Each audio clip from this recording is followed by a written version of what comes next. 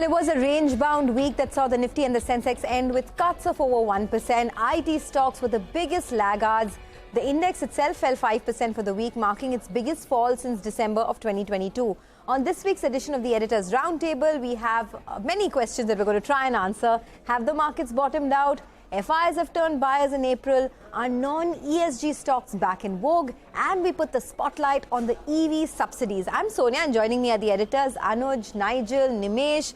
Guys, the market was really range-bound, not too much action. I think the Infosys and TCS were at the center stage of the market this week, perhaps. Oh, well, it was such a week that, I felt that, I aged a lot by the end. Honestly, it was a task to do, especially the closing shows this week, Sonia, because the market would just not move.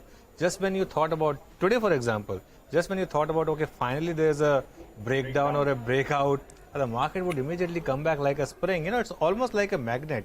You had a particular level and the Nifty kept coming back to it. It was that kind of I don't think it was an issue with the market, Anuj. It was the fact that for the first time you had a full long week to do rather than all the long weekends that we had. It doesn't matter. It can be 7 days week. If the market is really good, you enjoy it. But this week the market was very tiring. I'm telling you, Sonia, the volumes were low.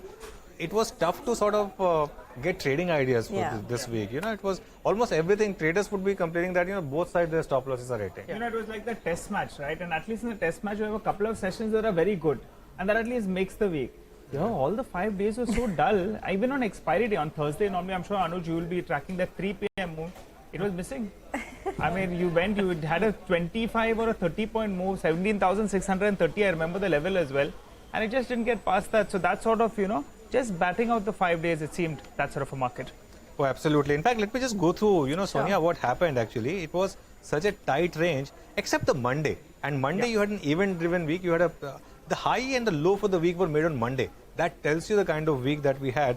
You didn't violate Monday's range. All through the week, the market did not either cross Monday high or the Monday low, except today when you crossed it just by 20 points, the low, but immediately came back. The broader market outperformed though. That was a good point.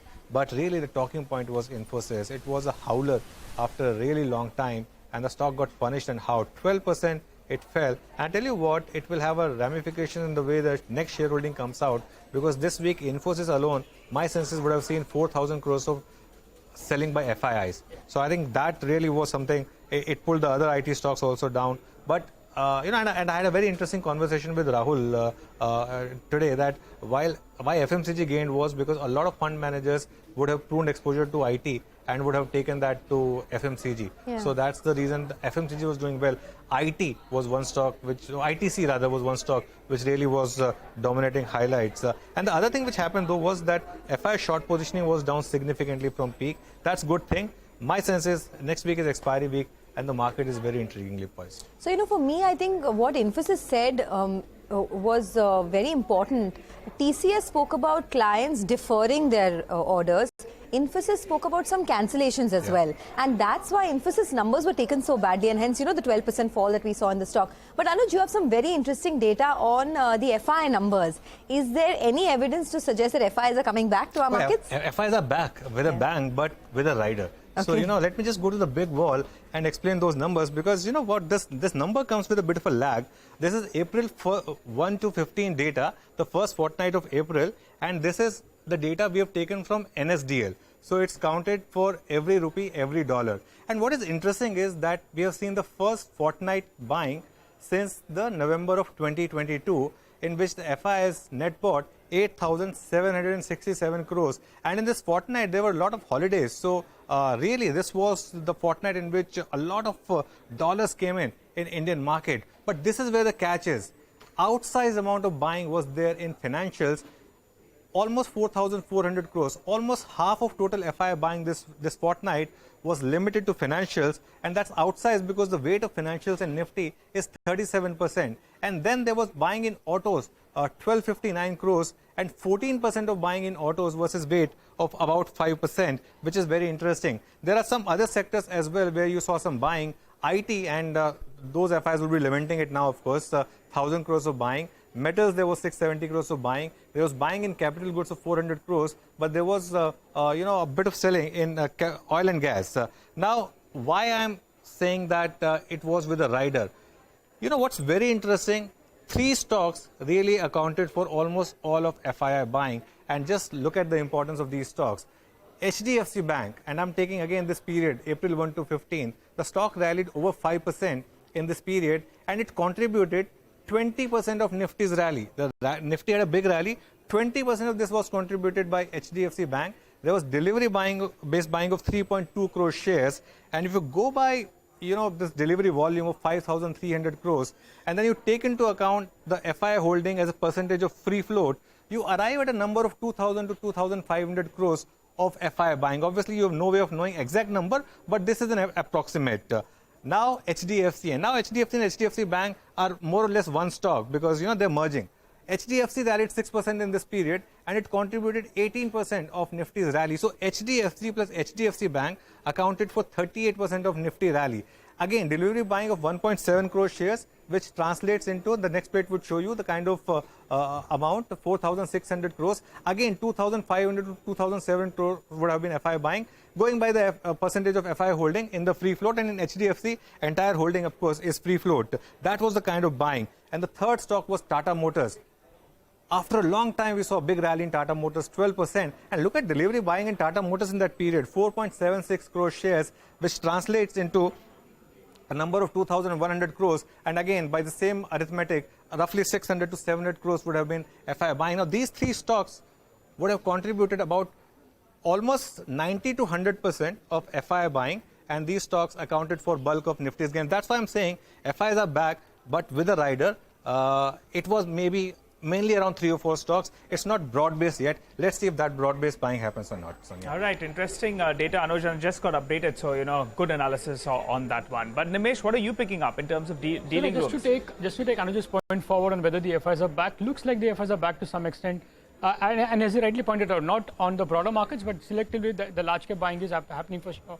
That's the feedback from the dealing rooms as well. I guess from a markets point of view, while we spoke about a week of consolidation, Infosys down, IT index down to 5%. For me, the big takeaway for this week was the fact that all the consumption stocks, came back with a vengeance. A lot of stocks within the consumption basket, whether it's innovative companies, QSR names, all have been buzzing in this week. So that was a big theme, that the consumption names saw a bit of a interest from the investors as well.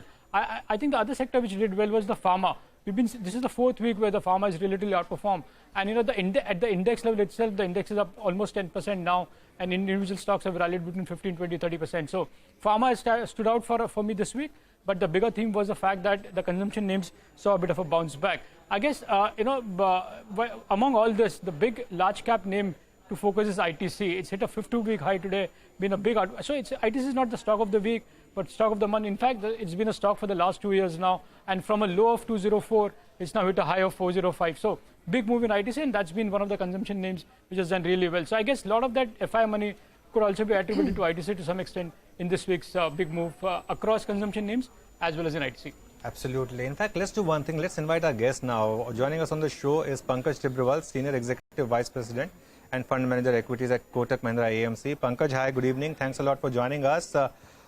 Your thoughts on this week's big price moves? IT was down and FMCG was up. Your thoughts? Hi Anuj, good to see you on the show after a very long time. Good to be here. On the IT side, I think we have started to get a little bit more constructive post the price fall. And I think markets were completely surprised.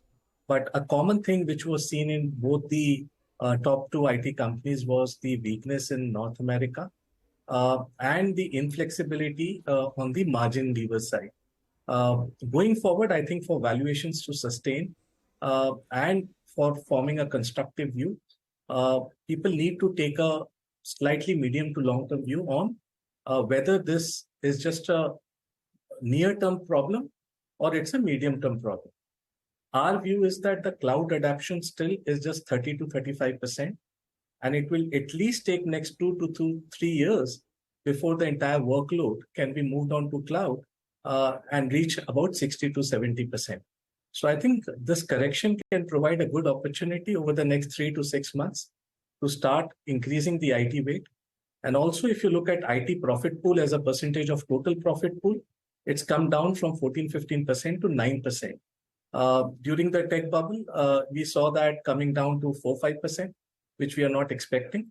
So I think somewhere between 8 to 9% profit pool as a percentage could be a good point to start at least cutting your underweight and moving towards neutral, and at some point of time overweight, provided there is not material deterioration on that. On FMCG, I think there is a case to be made. What we have been saying. Pankaj, hold that thought on FMCG because, I want to take this discussion forward, but after Nimesh put some data on board. So ITC was the big stock that hit an all-time high this week. And we are now increasingly seeing firms with lower ESG scores finding favor with investors. It's a very different ballgame of what we saw last year when ESG was the flavor of the market. But tell us, Nimesh, what is the data telling you? Surya, so we all talk about ESG and the ESG funds and all. In fact, it's been in the fashion for the last decade now, right? But now if you look at for the last couple of years, and ITC being a classic example, hitting a new high, I've looked at the data and, it's very interesting. A lot of the non-ESG stocks are now back on the investors' radar. Let me just go to the wall and explain as to why I'm saying this, So the big thing is, are we seeing a dialing down of the ESG discount? That's a big discussion point. Now, look at the data and that will explain you why I'm saying this. The non-ESG stocks are back on the investors' radar. ITC has pipped HDFC and has become the 7th largest firm in terms of market cap. So that shows the kind of move you've seen in ITC for the last 2 years. In fact, just look at the overall data of ITC as well. ITC's FI holding has also gone up in the last 2 years from 12.5% to 14.5%. So there has been a big move as far as the holding in ITC from the larger FIs is concerned. Even if you look at the other data, ITC is one stock which is part of that big ESG basket, but that's not the case at all. It's actually moved up from 207 to all the high of 409 now. So almost a 100% up move in the last 2 years in ITC stock.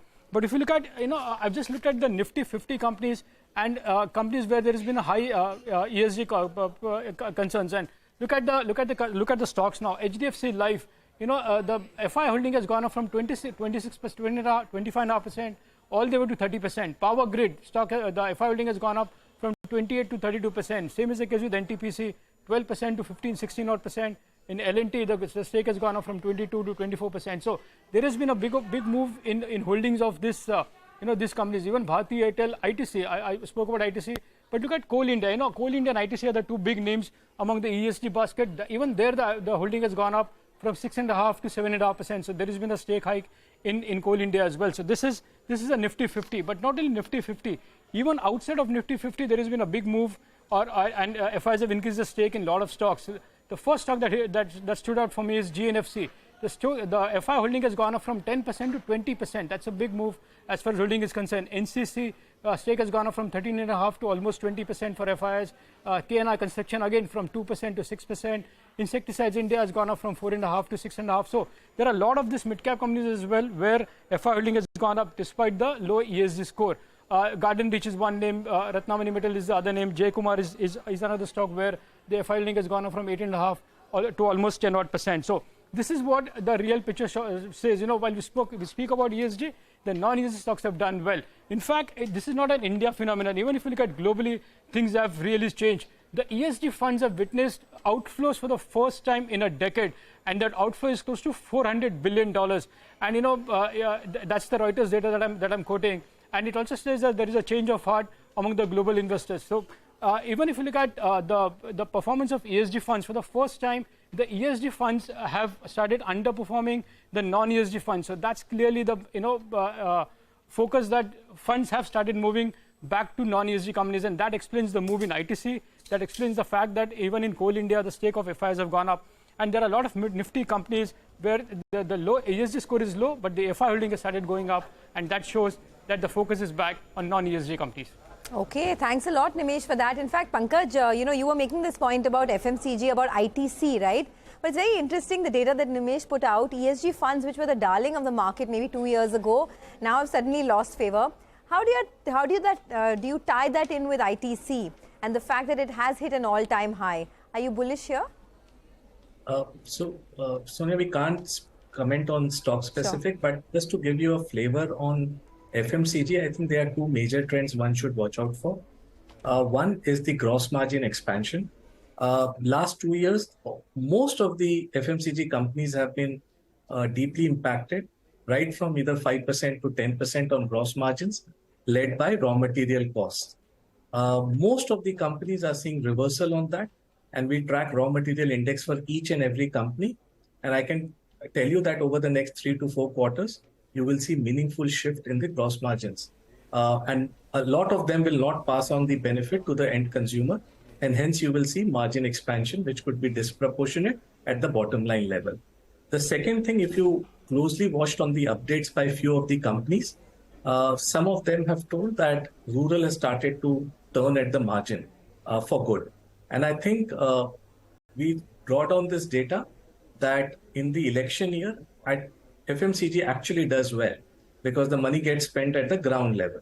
And 6 months before the election and 6 months after the election, this is one sector which always does well in an election year.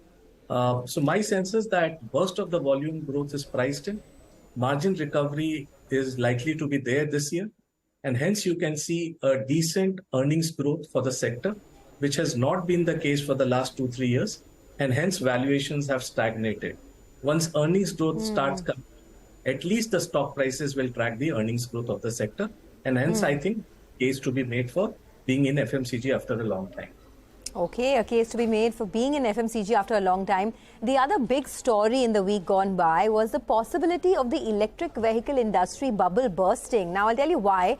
Reports are indicating that the government is not looking at extending the FAME subsidy or the faster adoption and manufacturing of electric vehicle scheme subsidy. And if this is not extended, then prices of EVs will go up and demand could get hit quite a bit. In any case, EV adoption has not been as fast as perhaps what the government was expecting. Now, if you remember, there is an ongoing probe and subsidies of 13 electric vehicle players, including Hero Electric and Okinawa, have been on hold since May of last year. Now, IFL put out a note last week, in the week gone by actually, where they said that the EV bubble could burst in the next 12 months. The past 6 months have seen a sharp rise in TVS Motor EV volumes and a fall in the sales of Hero Electric and Okinawa. That's because the government has put on hold the subsidies for Hero Electric and Okinawa. Now, if the subsidies on the other companies are also put on hold, then what happens with those, with their earnings? And TVS Motor assumes importance here because if you look at it, TVS Motor is now perhaps the most expensive stock in the OEM space in India. It's currently trading at 30 times FY24. Another concern is derating of the valuations of TVS Electric. Now, TVS Electric reports indicating that there is a valuation of almost $3 billion for the whole, entity. And Carlyle and Goldman Sachs are looking to pump in about $300 to $350 million. Now, if EV subsidies are rolled back, then what happens to that, business? So, there's a case being built perhaps for some of these stocks that have high valuations to cool off over the next couple of months. But the bigger question we're asking is whether subsidies are needed at all to grow a sector. We had a chat with Bajaj Auto's Rajiv Bajaj, who said he is not a fan of subsidies. He believes that the withdrawal of the FAME subsidy will not have a big impact in the longer run. Listen in. I am not a fan of subsidies of any kind. And I do not think India is going to build a EV future based on subsidies. Subsidies going away, in my view, should not really have that big an impact in the long run, because the future of EVs in India will be built on the back of sound strategy, not subsidy. Subsidy is not a strategy, and in my view, subsidy disrupts strategy, subsidy masks reality, and subsidy blunts innovation. Well, time to slip into a short break, but coming up, have the markets bottomed out? Well, we'll take a look on the other side. You stay with us.